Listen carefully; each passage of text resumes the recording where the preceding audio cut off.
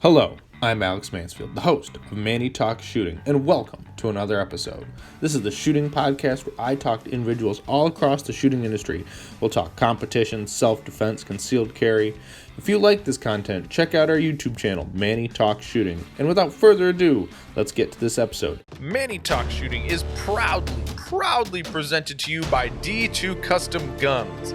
Did you know that Phil the Groundhog isn't the only thing Puxatawny, Pennsylvania is famous for? That's right, D2 Custom Guns, the home of Dan Heizenreiter and one of the best fabulous 2011 builders in the country. So make sure you guys go check him out, D2 Custom, anywhere you can see him on the social media, Facebook, Instagram, go check him out. If you see myself, Patches Reader, anyone with the D2 Custom Guns, make sure you go check him out and you will thank me later. Now, let's get on to the show. Welcome, everybody. Welcome back to another installment of Manny Talks Shooting. I'm sorry this is late. Matches happen, life happens, technology issues.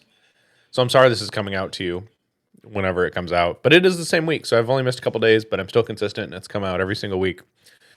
I want to remind you that this podcast is presented to you by D2 Custom Guns. Fabulous guns, 2011s. Just so you know, the top 10 and open for those guns were D2 Custom Guns. So just so you know, fantastic guns that helped take the top 10 at the Buckeye Blast. So, without further ado, let's get into this episode. It's a simple, small, single episode, hopefully pretty quick. Get you something to listen to and enjoy another little bit of me talking into the microphone solo. So, this show is my recap of the 2025 Excalibur Ammunition Buckeye 2025 Excalibur Ammunition Buckeye Blast Ohio State Championship presented by D2 Customs. Lord have mercy. It's a tongue twister, but it's all good. So this match just happened. It happened in the first days of May. And as you know, it's probably it was a wet, miserable, chilly weekend. So unfortunately, that kind of sucked.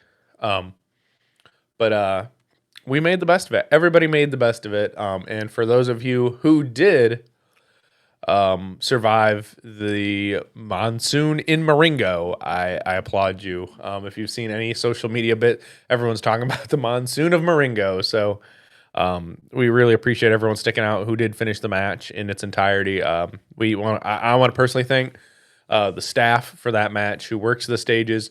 Nobody quit. Everyone trudged through it, and they came back on Sunday to finish the match out. So, honestly, this clap is for them.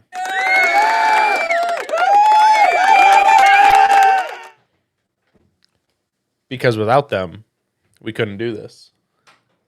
And without the staff, matches don't happen. You can't shoot them, shooter. So anyway, we'll do a little bit of a recap of my match, and hopefully we'll get this one up and loaded real fast for you guys. So, I shot on staff day. I shot with a decent crew of folks.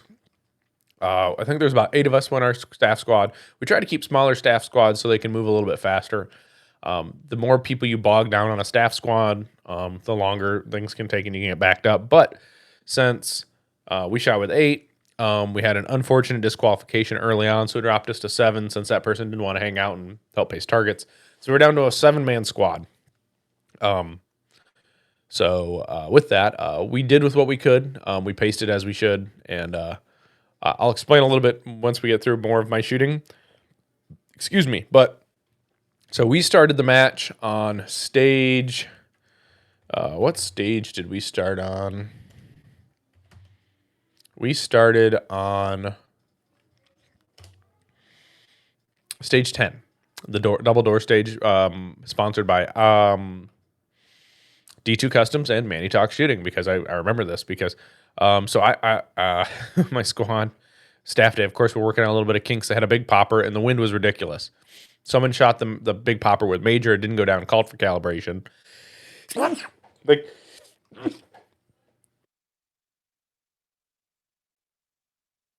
Sorry, I didn't want to make you listen through me sneezing. If you saw it on the video, you saw it. Anywho, and they realized that they weren't going to be able to keep calibrating this thing all weekend, so they switched it to a mini and had no problems after that, hopefully. I mean, some people probably did have some problems with it, but that's always going to happen. So anywho, so first 2 shooters shoot, then they have to reshoot the stage because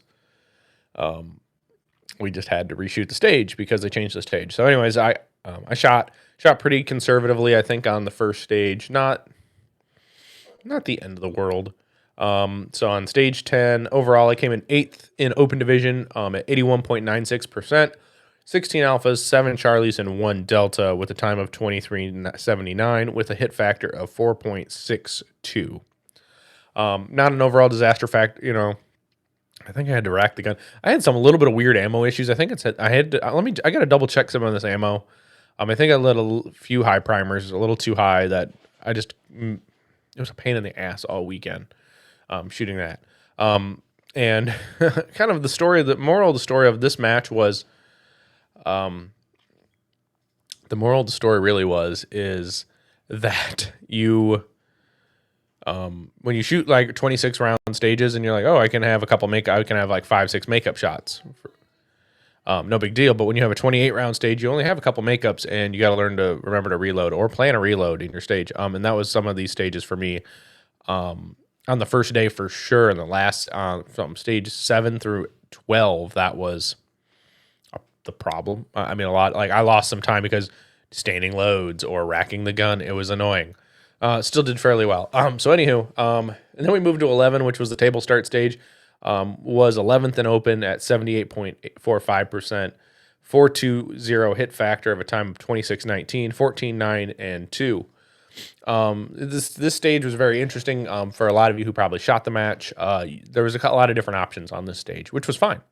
I think there needs to be good options on stages, and this one had pretty good options on how you wanted to attack it. What I did is I grabbed the gun and I went directly left and shot that target that kind of obscured itself really quickly.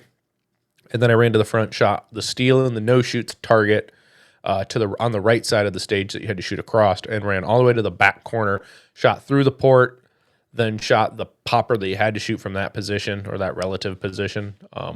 Then went over to the right, shot the 2 behind the wall, shot the targets coming downrange as I was going forward. And then through the port, I shot the no-shoot, I shot the open paper, and then another no-shoot target, the 3 targets through the port.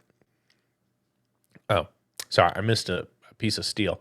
Back when I shot the 2 back on the wall, there was a steel you had to shoot from there, and that's all I took. Then I took paper advancing, and then I went through the port, shot the 3, and then I finished on the weird obscured target one-handedly because I'm a badass, and that's what I felt like doing. If you don't do it every once in a while, it's not very fun. Lots of good options. Definitely could have shot it a little more cleanly and a little bit faster, I think. But I didn't necessarily say I slowed down. I definitely did have good splits on a lot of targets for different positions. So I haven't even looked at the data yet from practice score on kind of what my splits were for the stages. But then you go to stage 12. Definitely not my best stage. It was a 59% stage. I didn't hear that it was an unloaded start, so I loaded the gun, and I was the first one up. And so I had to unload the gun, and then I forgot, with my big stick, I forgot to wrap one off the top, so it would be 28 rounds instead of 29, and a little bit easier to load. I forgot, and I didn't oomph it in, and it dropped, so I grabbed a small stick, and then I was like, SOL. I had to do a standing load on that stage, too. No real disaster factor. 18.6 out of 1 on the targets. 4.06 hit factor with a time of 28.51. Not my best stage. But the next stage after that, and then I kept getting stats calls. Like I got technology calls or people calling me on the radio to have to handle things. So I was like, great. So I took care of those things, and I kept getting called on the radio. Oh, stats to the next stage. I'm like, can you guys wait 10 seconds for me to get there? I'm not that I wasn't going to get there, but anyhow. So then the big outdoor stage sponsored by Outdoor Dynamics and Vortex. Was 10th on that stage at 74.57% at 4.544 hit factor, 32.35, 21 alpha, 9 Charlie, 3 deltas. The stage was pretty simple. You kind of just had to pick a plan in the middle. You had one target. You had to run across to the stage, shoot a couple targets, advancing. And then when you got to the corner in the middle, you had a mandatory position there, and then you had how you figured out how to flow through the middle to then end out this port was the challenge on that stage. Pretty good. I bet people did forget targets on that stage. Stage 8 what was stage 8? It was kind of like a start in the middle stage, but you were outside. You were like in this weird pocket. I did a little bit different plan than I've watched like the stage winner on it. I shot, what was it? I shot the no shoot. I shot a tux first, and then I did a no shoot on the move. Ran all the way to the left. Shot the few targets that he had to. I think it was one paper. I think it was one paper target. You had to really get around the wall for and shoot. And then I ran across, shot a double stack on the move out. Ran all the way to the left. Had a spicy ass entry, which was beautiful. Shot a couple targets there. Ran up to the front. Also forgot to do a load, so I did a standing load at some point in there. And cleaned the rest of the targets. Nothing to write home about. Stage 9 was pretty much the same, except it was with a swinger. You shot where you had to go shoot and move it around. Except that one, I remembered to do a reload, but I did 2 reloads because I was a dumbass and forgot all the rest of my reloads for the stage. But that was the first day. Not a great day. Nothing a disaster factor. The only mic was the last stage on the swinger. I threw 3 at the swinger, and I guess I missed 2 of them. So, anywho, I did call for an overlay like an evil person because I guess I wanted to call for it, but I obviously knew there was nothing there, so I wasted some time. But anywho, then we moved on to the second day for my match. And the first day was rainy and crappy too. Friday morning was good, relatively good. We started on stage 4. It was the migrating coconut stage, which was honestly my best performance in the match of open at 85.38%, 9 alpha, 7 Charlie, and a delta. 4.29 hit factor and 17.47 seconds on the match. So it was just kind of stand and deliver, step off the activated stomp box, shoot the activator just because I didn't want to miss it because it's already eating up time. So I thought I'd get the hits, shoot the paper, run, slide over, shoot the popper, run to the left, stomp on the box, shoot the steel, swinger, and then the other paper, run all the way across, smack the box, steel, open paper, and then the tux. Not the tux, but the bobber. Bobber is essentially, to me, if they're there, there's a static fucking target. Shoot it.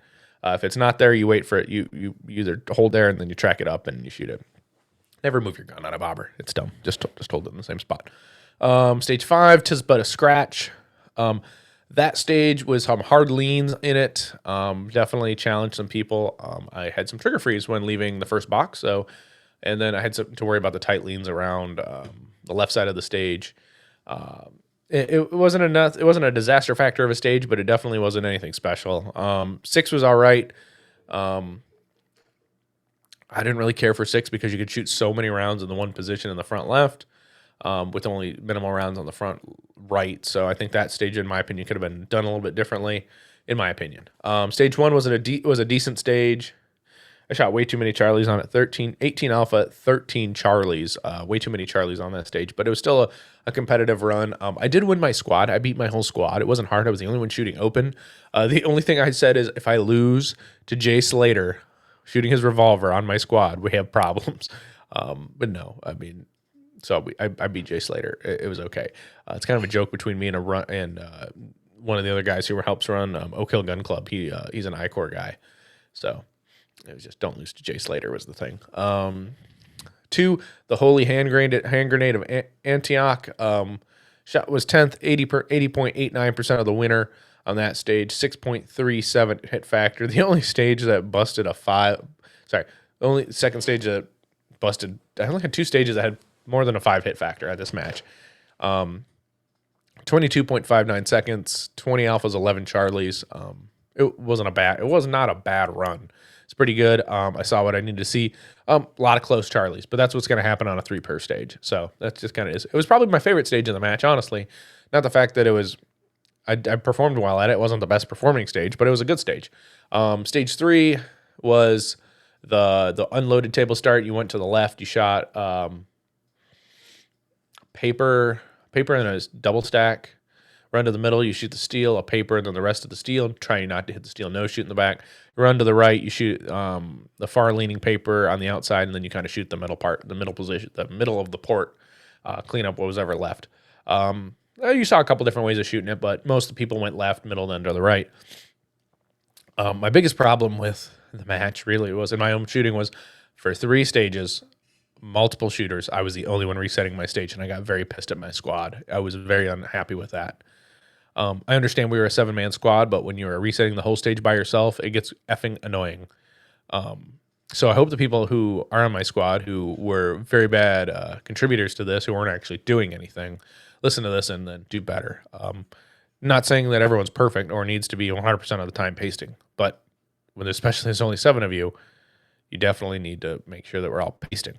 And it's okay to be that asshole sometimes, guys, calling people out for not pasting on your squad at a local match, because if they don't paste at a local match, who says they're going to paste at a major match? That's just me. The weather was horrible all weekend. People suffered through it. And I appreciate those people suffering through it, especially the staff who let us finish the match. They did really well. So, and overall, I enjoyed my shooting. I was relatively happy with my placement. I placed 9th in open division, which I think was my best performance at a legitimate major match. To national contender John Vlieger, my friend John Vlieger, who shot probably 12 stages all in one day, probably the worst conditions ever. John beat everybody. He was the overall winner, the open winner, and just a badass. So yeah, there's a lot of people who didn't finish the match. So there's always those asterisks like, oh, they quit, so they didn't. Your number's false. But 78%. Let me go back real quick. When it comes to open division, I was 9th at 78.68%. My percentage was still 78. Was my classification of a national GM contender, national champion contender. Well, he is a national champion for single stack, but he's always there in the mix for open division. So that's a really good number. Like I said, in the top 10, shooting D2 custom guns was my buddy Patches Reeder, my buddy Chris Galnett, my buddy Ron Kiesel, and myself. We showed up. We showed what we can do with some D2 custom open guns. I think we're all shooting middies. That's a cool thing. It was right. We took a great squad picture. I'll probably post it as the cover photo. It's a great squad picture of them and me in our D2 shirts, just having a great old time. And that's kind of what the camaraderie of D2 Customs is we're a bunch of assholes who hang out together and have fun. So we'll do a more in-dive recap this week. Whenever you listen to this, I don't know, when we draw the gun. So we are drawing the raffle gun on 5/8 at 7 p.m. on Rumble. There'll be links on social media everywhere. I know people were a little disappointed we didn't draw the gun. Ohio's got weird laws when it comes to doing an online raffle, like taking money online for a raffle. You still have to do some physical components to it. It can't just all be 100% online. So that's what kind of stalled us. We'll do better next time for the Area 5 drawing. I'll say that because I will take some accountability on that, make sure that happens so things can happen on time. Changing also the structure of how we do that. So guys, I appreciate you listening to this quick episode of Manny Talks Shooting. Get out and do the things. I will see you on the next one. And if you survive the monsoon in Marengo, I salute you.